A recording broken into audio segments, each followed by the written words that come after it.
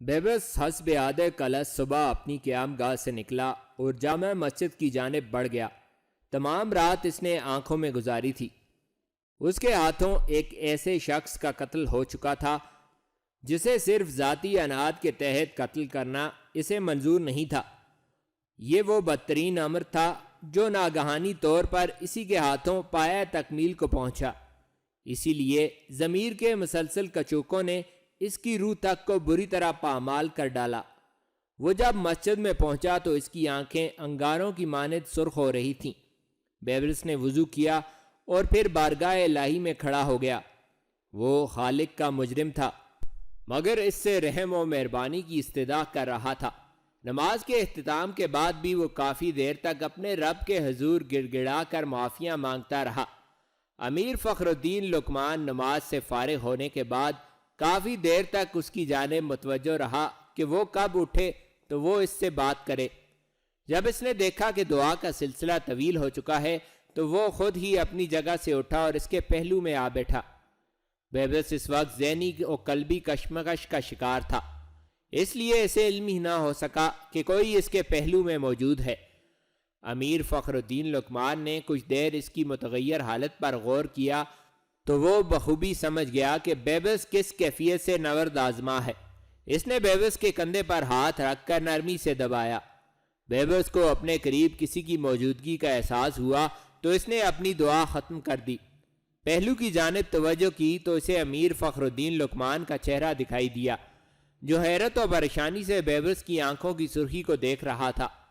احساس گناہ میں مبتلا ہو کیا؟ امیر فخر الدین نے سوال کیا۔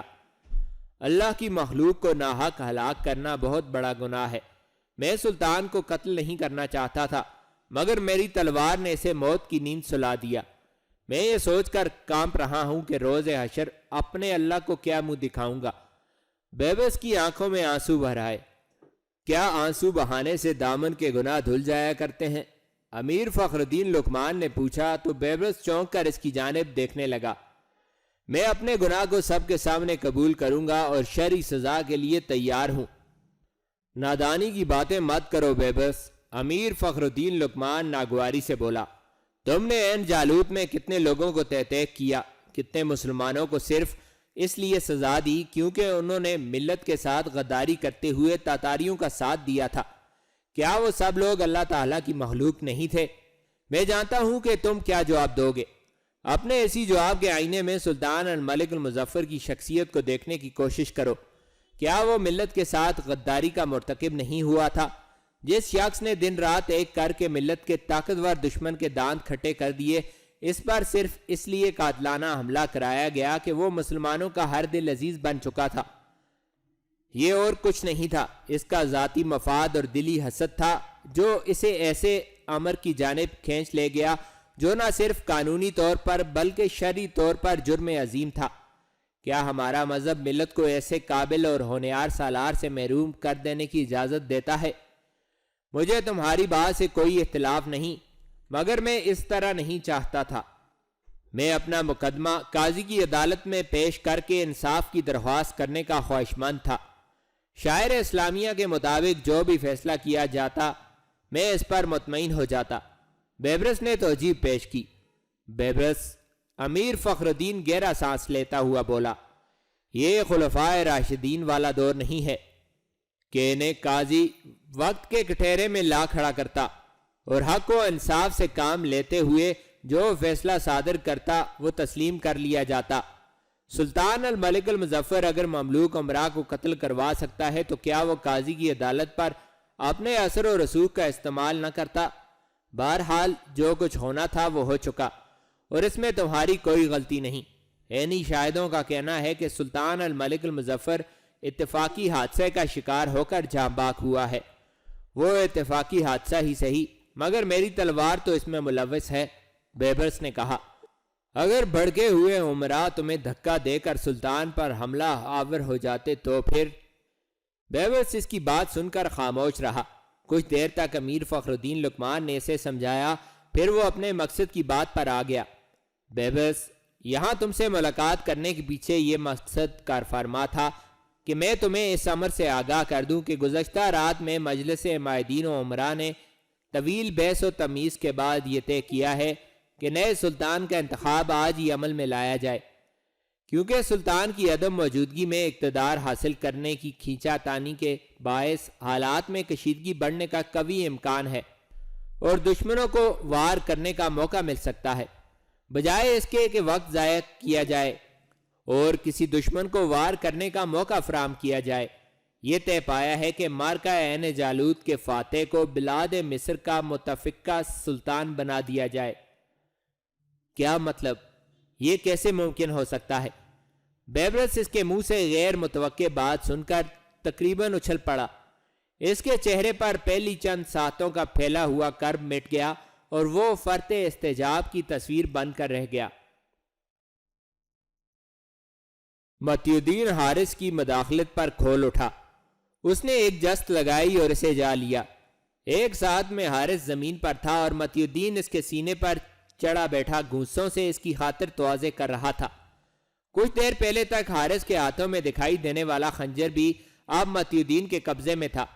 متی الدین، شیخ ابو الفضل تیوری چڑھا کر بولا، اگر تم اپنی زندگی چاہتے ہو تو اسے چھوڑ دو۔ میں کسی قسم کی بدمزگی نہیں چاہتا، بلکہ تم سے اپنے سوالوں کا جواب چاہتا ہوں۔ متی الدین حارث کو اس کی بدتمیزی کی سزا دے چکا تھا۔ ہاتھا پائی کے دوران اس کا ڈھاٹا اتر چکا تھا۔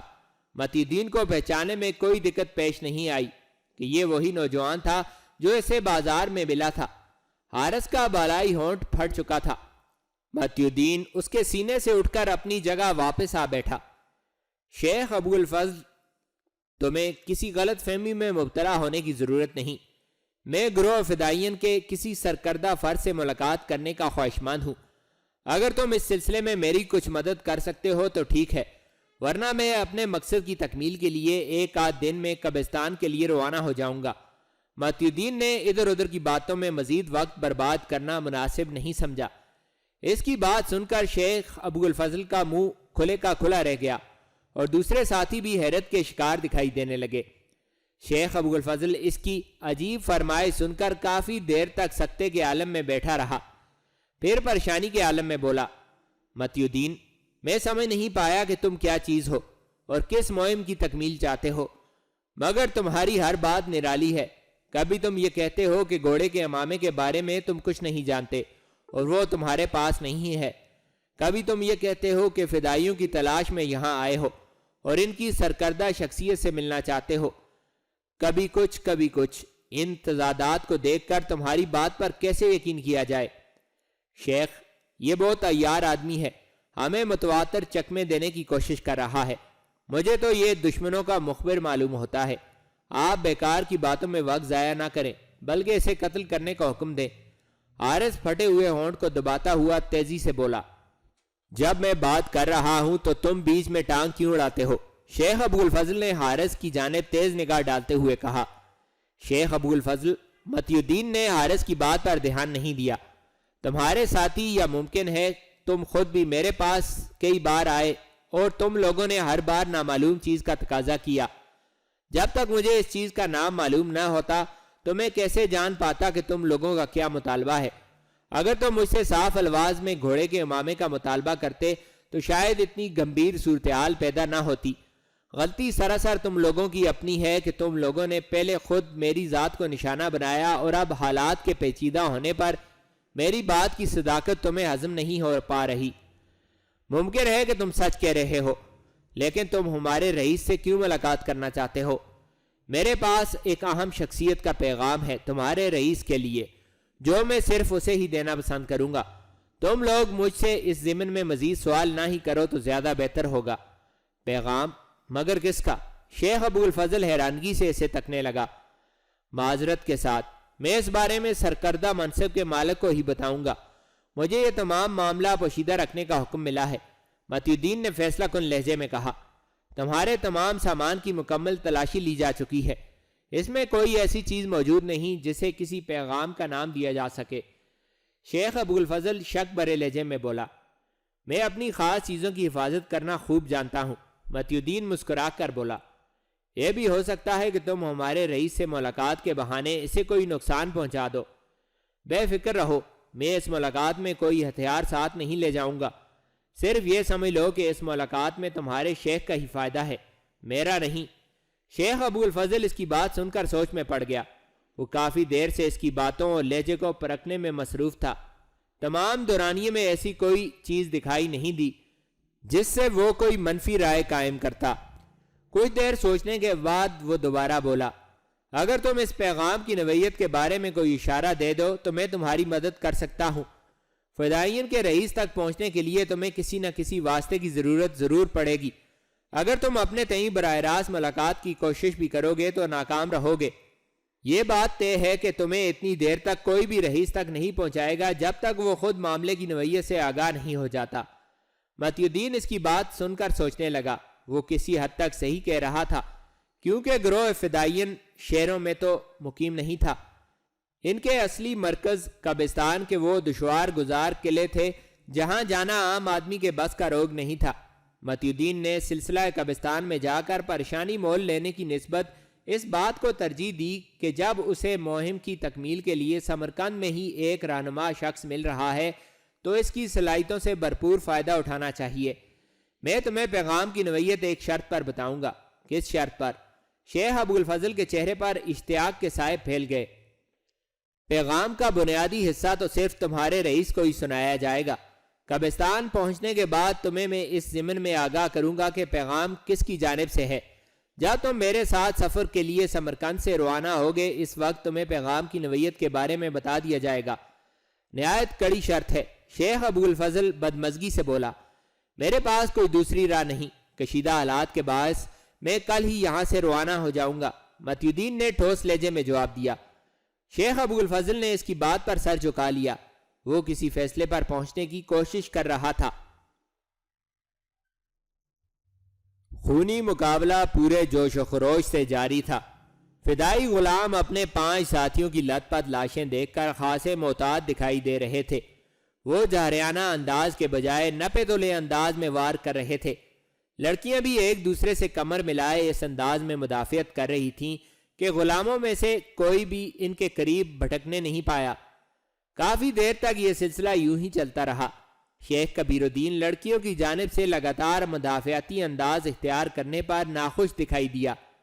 اس نے اپنی نشست پر بیٹھے تیز آواز میں انہیں متنبہ کیا، اگر میرے 100 گننے تک تم لوگوں میں کوئی فیصلہ نہ ہو سکا تو میں سب کو قلعے کی فصیل سے نیچے دھکیل دوں گا۔ شیخ کبیر الدین کا حکم سنتے ہی غلاموں کے حملوں میں شدت پیدا ہو گئی اور وہ آگے بڑھ کر تابڑتوڑ انداز میں وار کرنے لگے۔ ایزابیلا نے ان کے رویے میں جارحانہ پن پیدا ہونے کے دوران ہی ان کی کمزوری بھانپ لی تھی۔ وہ آگے بڑھ کر نہ صرف ان کے واروں کو ناکام بنانے لگی بلکہ اس نے غلاموں کے واروں کے داؤ پیچ میں پیدا ہونے والے خلا کا بھرپور فائدہ اٹھاتے ہوئے ایک غلام کو جہنم رسید کر ڈالا۔ ایزابیلا کی دیکھا دیکھی اس کی ساتھی بھی اس مخصوص داؤ کو سمجھ گئیں اور اس سے پہلے کے غلام سنبھلتے 4 غلام ایک ہی ساتھ میں زمین بوس کر دیے گئے۔ لڑکیوں کے محتاط طرز کے پوری ہوشیاری کے ساتھ استعمال کیے گئے داؤ کو دیکھ کر شیخ کبیر الدین خوشی سے جھوم اٹھا۔ اسے شاید لڑکیوں میں ایسی ہی مہارت کی ضرورت تھی۔ لڑکیاں کسی حد تک آگاہ ہو گئیں کہ اس لڑائی میں مدافعت سے زیادہ چالاکی اور موقع کا استعمال کرنا ضروری ہے۔ پھر ان کے حملوں کے انداز بدلنے پر مزید 3 غلام ان کے خنجروں کا نشانہ بن گئے۔ اب لڑکیوں کی تعداد زیادہ تھی اور غلام صرف 2 باقی رہ گئے تھے۔ انہیں نہ صرف اپنی جان بچانا تھی بلکہ 5 لڑکیوں کو ہلاک بھی کرنا تھا۔ غلاموں کے چہرے سے صاف ظاہر ہو رہا تھا کہ وہ اپنے اوسان کھو چکے ہیں۔ لڑکیوں کے لیے انہیں شکار کر لینا کوئی مشکل امر نہیں تھا۔ غلاموں کی پست کیفیت بھانپ کر شیخ کبیر الدین نے انہیں مخصوص جنت کی نوید سنائی تو ان کے اجسام میں جیسے برقی دوڑنے لگی۔ وہ جنت کے حصول کی سرشاری میں اس قدر دیوانے ہو چکے تھے کہ اندھا دھند انداز میں وار کرنے لگے۔ ان کے واروں کا انداز نہ صرف بے ترتیب تھا بلکہ خنجر زنی کے اصولوں کے سخت خلاف تھا۔ اچانک نافیہ ان غلاموں کے اندھے واروں کی زد میں آ گئی۔ اس کا بازو پہلے ہی زخمی تھا اور متواتر لڑائی کے باعث زیادہ خون بہہ کر اس کا بازو بھی شل ہو چکا تھا۔ ایک غلام کے خنجر کا پھل اس کی کمر میں اترتا چلا گیا۔ گلوگوش نافیہ کے کافی قریب تھی۔ اس نے اتنی سرعت سے غلام پر کاری ضرب لگائی کہ اس کا خنجر والا بازو دھڑ سے کٹ کر جھولنے لگا۔ لڑکیوں نے موقع پاتے ہی دونوں غلاموں کو موت کے گھاٹ اتار دیا۔ مسلسل مقابلے کے باعث لڑکیوں کے چہروں پر تکان کے آثار نمایاں دکھائی دینے لگے۔ وہ صرف 1 ماہ کی تربیت یافتہ تھیں، آج انہیں مہارت کا ثبوت پیش کرنے کی شکل میں خوفناک موت سے نبرد آزما ہونا پڑا تھا۔ غلاموں کی موت کے بعد دفعتاً نافعہ کی حالت زیادہ بگڑنے لگی اور وہ دھڑام سے زمین پر گر گئی۔ لڑکیاں اس کی جانب تیزی سے بڑھیں اور خشمگین نگاہوں سے شیخ کبیر الدین کی جانب دیکھنے لگیں، جبکہ شیخ کبیر الدین پیدا ہونے والی صورتحال کے بارے میں سوچ رہا تھا کہ کیا مقابلے کا سلسلہ جاری رکھا جائے۔ لڑکیوں کی ناگفتہ بے حالت سے اسے بخوبی اندازہ ہو رہا تھا کہ وہ مزید غلاموں سے لڑنے کی سخت نہیں رکھتی۔ اگر ایسا کرنے کی کوشش کی گئی تو نہ صرف لڑکیاں یقینی موت کا نوالا بن جائیں گی اور اس کی ساری محنت رائیگاں جائے گی، اور وہ جس مہم کے لیے ان لڑکیوں کو تیار کر رہا ہے وہ مزید کھٹائی کا شکار ہو جائے گی۔ شیخ کبیر الدین نے کافی سوچ بچار کے بعد یہ فیصلہ کیا کہ لڑکیوں کا حقیقی مارکے کا چونکہ یہ پہلا دن تھا اور لڑکیوں کے لیے تجربہ بھی کچھ نیا تھا، لہٰذا اس امتحان کو اگلے 3 دن کے لیے ملتوی کر دیا جائے اور لڑکیوں کو آرام کرنے کا موقع دیا جائے۔ اس دوران وہ کافی حد تک تازہ دم ہو جائیں گی اور وہ خود کو نئی صورتحال سے نمٹنے کے لیے ذہنی اور جسمانی طور پر تیار کر لیں گی۔ شیخ کبیر الدین نے اپنے تعین نتیجے پر پہنچنے کے بعد اپنے فیصلے سے لڑکیوں کو آگاہ کیا۔ جب لڑکیوں کو یہ معلوم ہوا کہ قتل و غارت کا سلسلہ ختم نہیں ہوا بلکہ 3 دن بعد پھر اسی طرح موت کی آنکھوں میں آنکھیں ڈالنا پڑیں گی، تو ان کے چہرے پر خوف اور پریشانی کی شکلیں نمایاں دکھائی دینے لگیں۔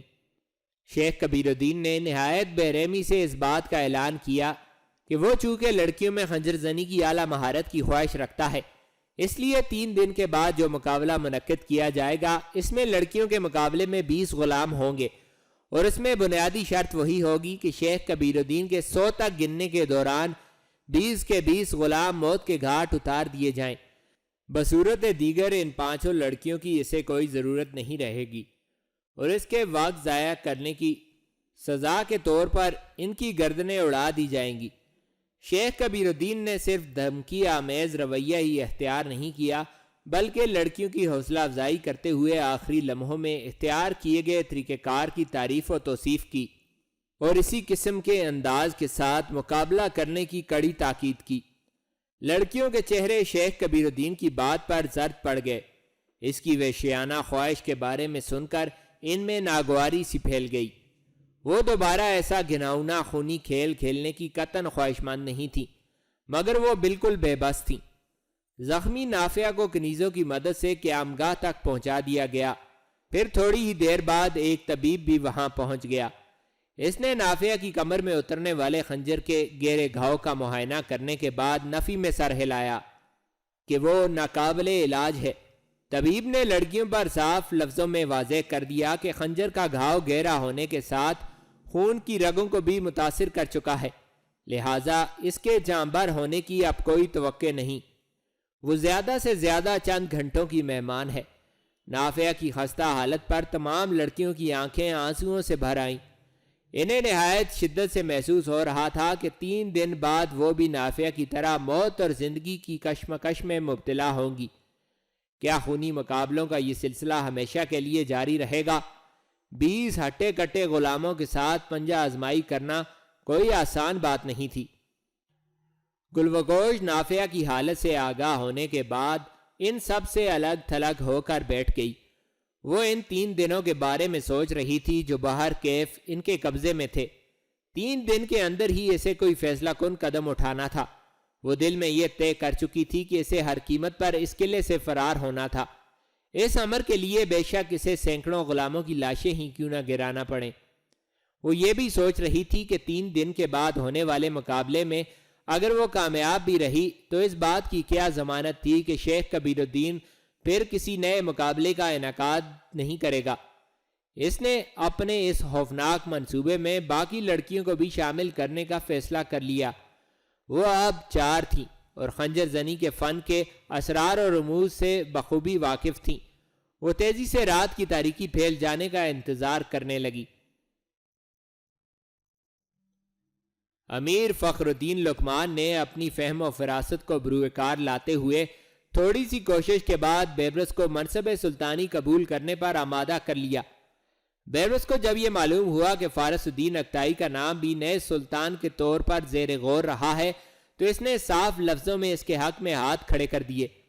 امیر فخر الدین لقمان نے فارس الدین اکتائی کی سابقہ معذرت کا حوالہ دیا تو بیبرس بمشکل اس شرط پر راضی ہوا کہ اگر فارس الدین اکتائی نے اقتدار کی ذرا سی بھی خواہش ظاہر کی تو وہ منصب سلطانی اسے سونپ کر دستبردار ہو جائے گا۔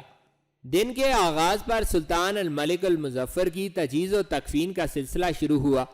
اسے دمشق کے بیرونی قبرستان میں دفن کر دیا گیا۔ تمام لوگوں نے اس کے لیے دعائے مغفرت کی اور پھر شاہی دربار کی جانب روانہ ہوتے رہے۔ ظہر کی نماز کے بعد باقاعدہ طور پر نئے سلطان کے طور پر بیبرس کے انتخاب کا اعلان کیا گیا۔ چند ایک امراء کے علاوہ سب لوگوں نے نہایت گرمجوشی سے بیبرس کا خیر مقدم کیا۔ بیبرس کے دل میں جو خدشات موجود تھے وہ اس وقت محو ہو کر رہ گئے جب اس نے اپنی بیدار آنکھوں سے سب کو اپنی حمایت میں نعرے لگاتے دیکھا۔ بیبرس دھیمے قدموں سے چلتا ہوا دربار کے شاہی چبوترے پر جا کھڑا ہوا۔ اس کے گرد خاص حمایتین کی جماعت موجود تھی، جبکہ دربار میں قاہرہ کے ممالک کے علاوہ بلاد شام و شرقیہ کے رئیس و امراء بھی موجود تھے۔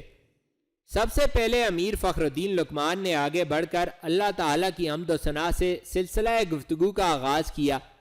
اس کے بعد اس نے مرحوم سلطان کے حق میں دعائے مغفرت کی اور تمام لوگوں کو اس بات کا یقین دلایا کہ دیانتدارانہ انداز میں چھان بین کے بعد یہ بات بالکل واضح ہو چکی ہے کہ اس کی موت کا محرک کوئی طے شدہ سازش یا قتل نہیں تھی، بلکہ یہ ایک اتفاقی حادثہ تھا۔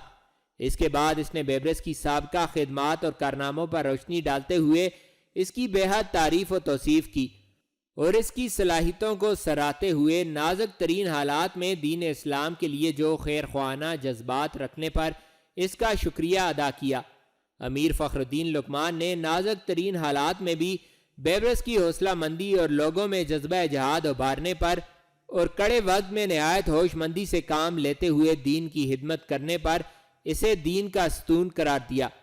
سب لوگوں نے امیر فخر الدین لقمان کے دیے گئے لقب پر پسندیدگی کا اظہار کیا۔ امیر فخر الدین نے بیبرس کی جانب دیکھتے ہوئے یہ درخواست کی کہ وہ اس لقب کو اگر اپنے نام کے ساتھ جگہ دے تو یہ امراء کے خیر سگالی جذبات کی عکاسی سمجھی جائے گی۔ امیر فخر الدین لقمان کے بعد دیگر امراء نے بھی اپنے ساتھیوں کی بیبرس کے صحیح اور موضوع انتخاب پر یقین دہانی کی۔ ان سب لوگوں نے جب اپنی بات مکمل کر دی تو بیبرس کی رسم تخت نشینی کا آغاز کیا گیا۔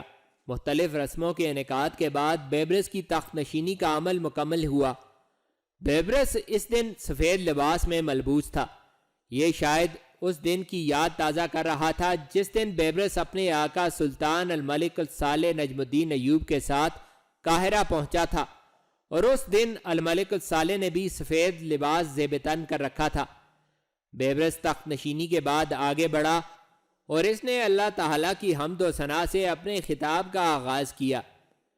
میں اللہ تعالیٰ کا بے حد شکر گزار ہوں کہ اس نے مجھے دین کی خدمت پر مامور کیا اور اس فرض کے قابل سمجھا کہ میں امت محمدی کی خدمت کر سکوں اور دین اسلام پر منڈلاتے ہوئے خطرات کے بادلوں کو دور دھکیلنے کی کوشش کر سکوں۔ یہ اللہ تعالیٰ کا ہی احسان ہے کہ اس نے مجھ ناچیز کے ہاتھوں سے ایک بڑے اور طاقتور حریف کے مقابلے میں فتح و کامرانی عطا فرمائی۔ میں دعویٰ نہیں کرتا کہ میں آئندہ دنوں میں کیا کچھ کر گزروں گا، البتہ آپ لوگ مجھے کبھی میدان سے بھاگتا ہوا نہیں پائیں گے۔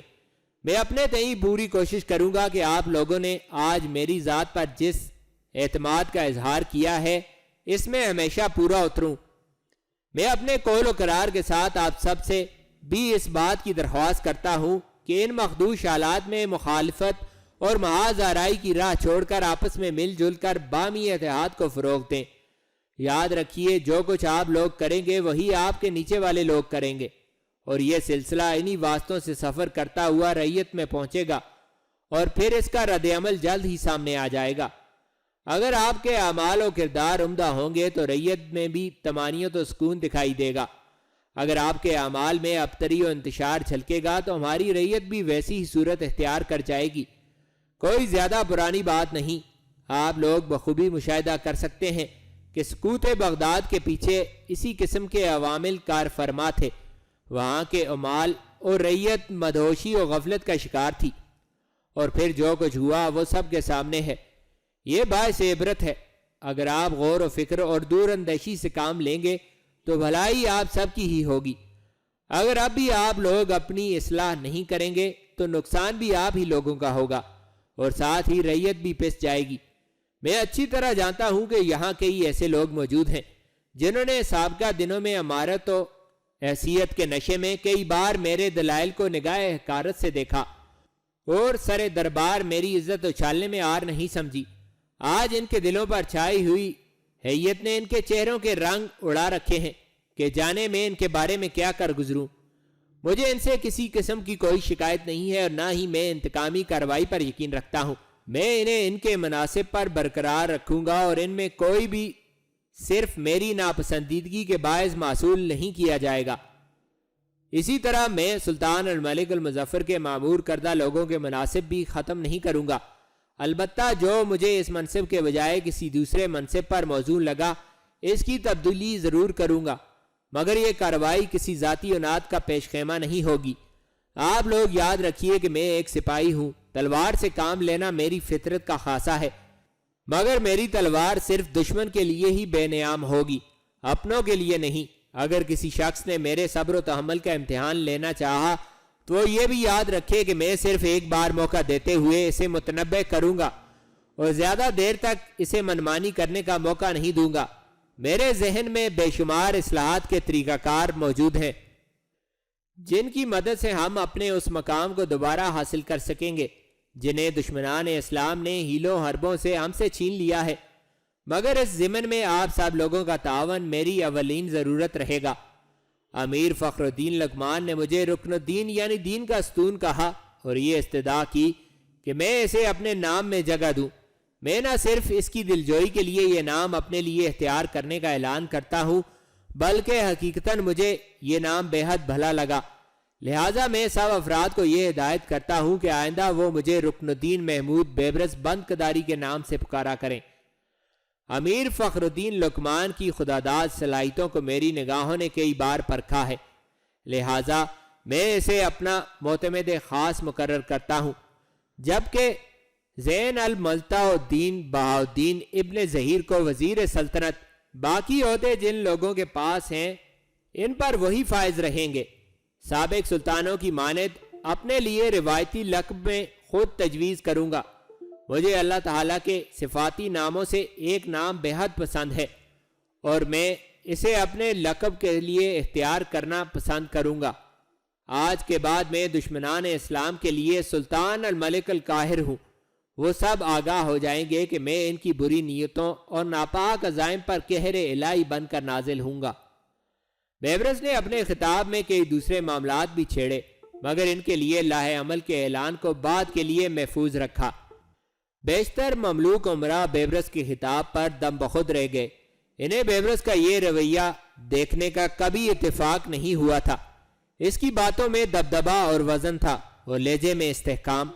جہاں اس کی شخصیت میں وقار جھلک رہا تھا تو وہیں اس کے چہرے پر گہری طمانینت اور کچھ کر گزرنے کا جوش بھی موجود تھا۔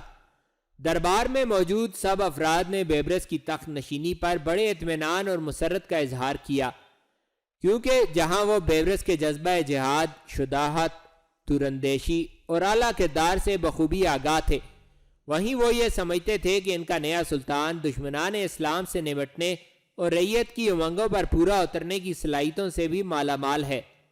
یہ حقیقت تھی کہ بیبرس ہی وہ پہلا سلطان تھا جس کے انتخاب میں تمام مملوک، فوج، سالار، عمائدین سلطنت، علائقی، معززین، امراء سب لوگ باہم متفق تھے، اور ان کی مکمل حمایت اسے حاصل تھی۔ رعیت میں وہ مارکہ عین جالوت کے بعد ہر دل عزیز بن چکا تھا۔ رعیت اس کی سلامتی کے لیے دعائیں کیا کرتی۔ سریر آرائے حکومت ہونے کے بعد بیبرس نے بڑی فراخ دلی سے کام لیا، اور ان مملوک عمراء کے خلاف بھی کوئی تادیبی یا انتقامی کارروائی نہیں کی جو سلطان الملک المظفر کے خاص مقربین میں شمار کیے جاتے تھے۔ انتقام و تعزیر کی کشمکش کا شکار ہونے کے بجائے بیبرس نے امن و آشتی کی راہ منتخب کی، ان سب لوگوں کو ان کے مناصب پر برقرار رکھا، اور ان کی دلجوئی کے لیے جو ممکنات میں تھا وہ سب کچھ کیا۔ 17 ذی-القعدہ 658 ہجری کی صبح اس کی زندگی میں خوشگوار تبدیلی لیے وارد ہوئی تھی۔ وہ ایک عام سالار سے بلاد مصر کا خود مختار سلطان بن چکا تھا۔ 18 ذی-القعدہ کو اس نے بلاد شام میں چند ضروری انتظامات مکمل کیے اور فوجی دستوں کو وہی تعینات کر کے مختصر مدت کے لیے عمائدین سلطنت کے ساتھ قاہرہ روانہ ہو گیا، جہاں سلطان الملک المظفر کی جانب سے مقرر کردہ نائب سلطنت امیر فارس الدین اکتائی اس کی آمد کا منتظر تھا۔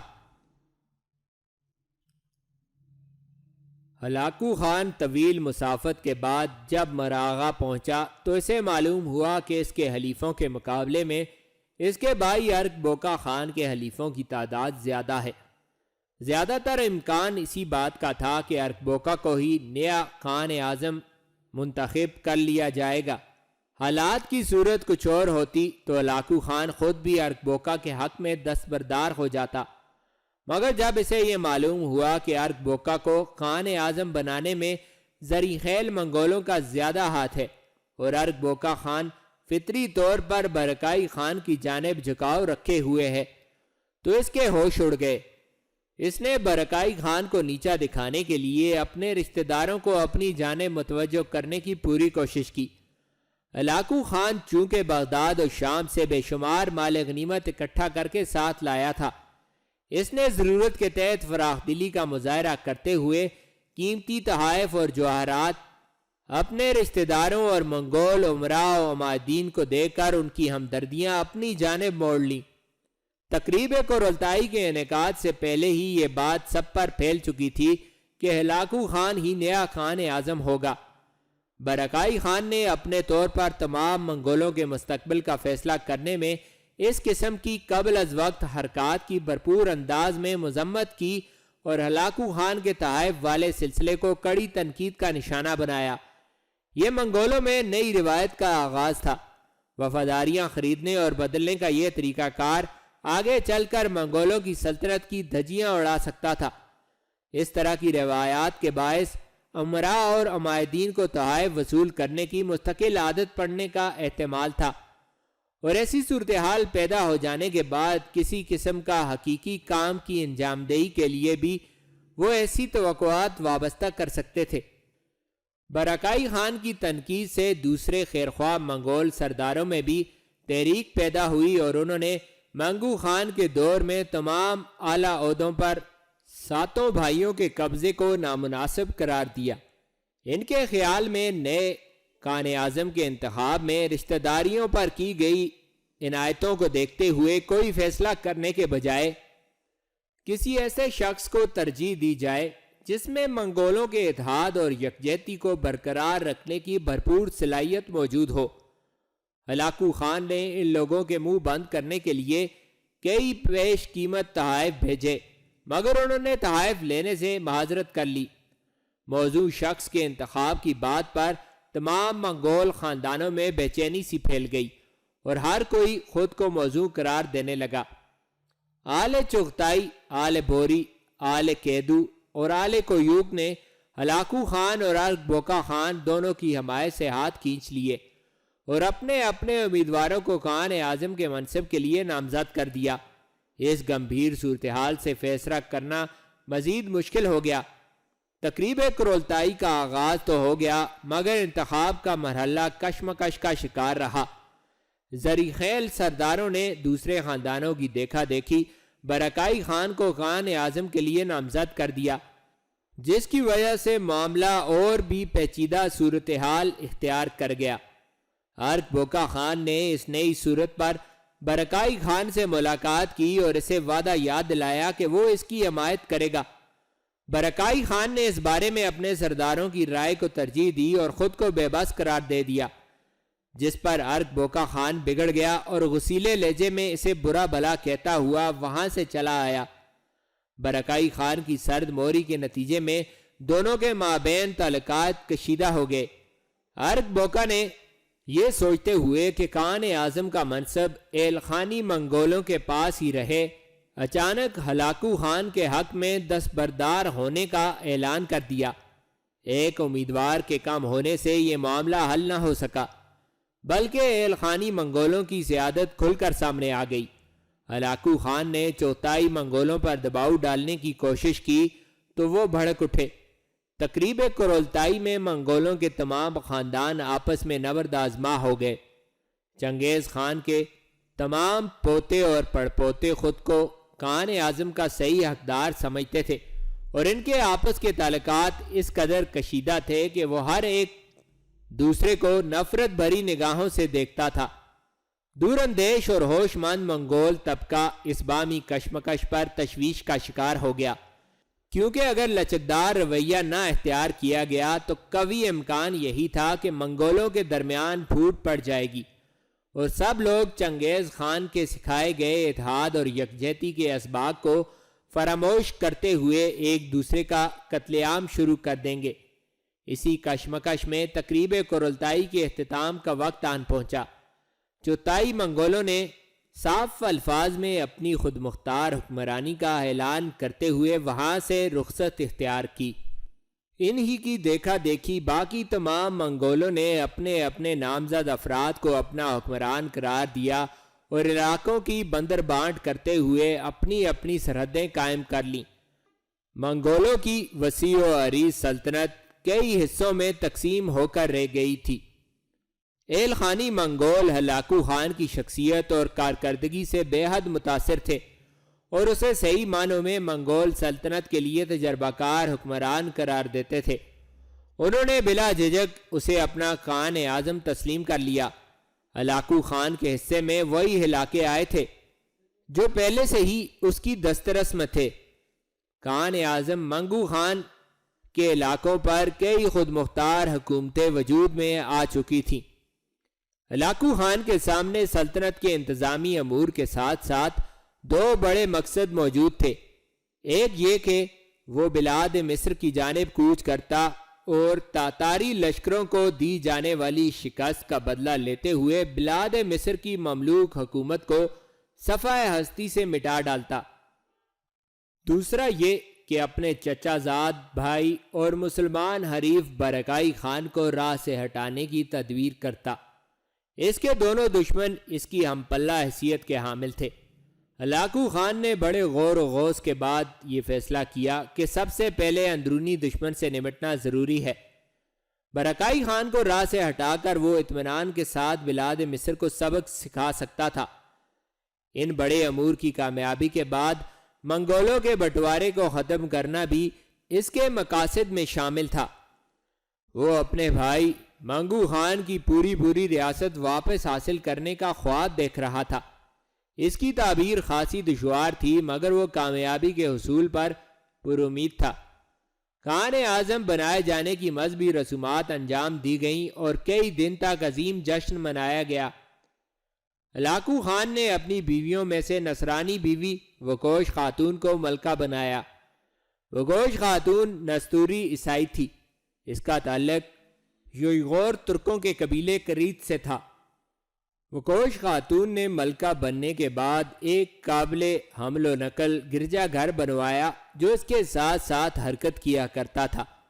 وہ ہلاکو خان کے ساتھ ساتھ جہاں جاتی یہ عبادت کے لیے گرجا گھر کو بھی اپنے ساتھ لیے پھرتی۔